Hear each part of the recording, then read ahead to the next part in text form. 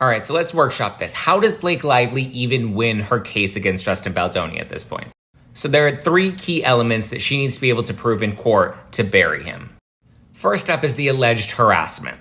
Now, she doesn't necessarily need to prove that he harassed her, but just that she actually felt like she was being harassed on the set of It Ends With Us. Text messages, emails, HR complaints, videos and footage, if she has that would be really convincing. But the issue is we don't have any HR complaints because both Sony and Wayfair have denied receiving any complaints from Blake Lively.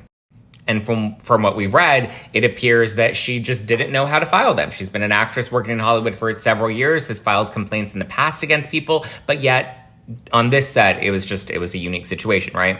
So we will need some sort of text messages, emails, again, photos and videos. If she has that, we'll need something. Then she has to prove the alleged smear campaign.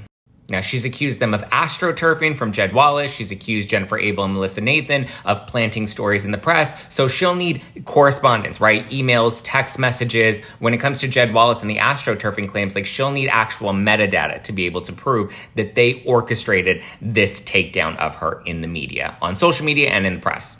And that's hard evidence, right? Jed Wallace is independently suing Blake Lively for defamation because he claims that this is not true and she has harmed his reputation and his business with this allegation.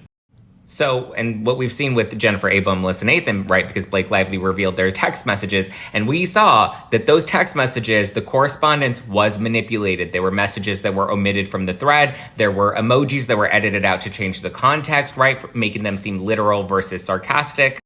And her team was like, oh, well, that was the software that we used took out the emoji. It wasn't intentional. Okay, well, it really changed the context. And lastly, she needs to prove that this was all done in retaliation. This is the most important piece here. Meaning she would need some sort of evidence that of Baldoni saying, hey, orchestrate this takedown of her, and it needs to silence her. It needs to retaliate against her. It needs to punish her in some way to prevent her from coming out and talking about this publicly, or to punish her from talking about this publicly.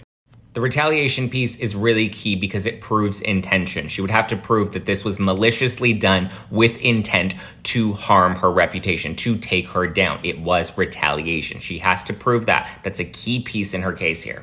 Because harassment is one thing, smear campaign is another thing. They also have to prove that the mean comments that she's getting are beyond just the regular mean comments a celebrity would get, right? She has to prove that these were intentional, deliberate, and this was all orchestrated with the intent of retaliation. I don't know, what do you think? From what we've seen so far, do you think she has a strong enough case? What do you think where's the smoking gun? What do you think it'll be? Drop a comment below and let me know your thoughts.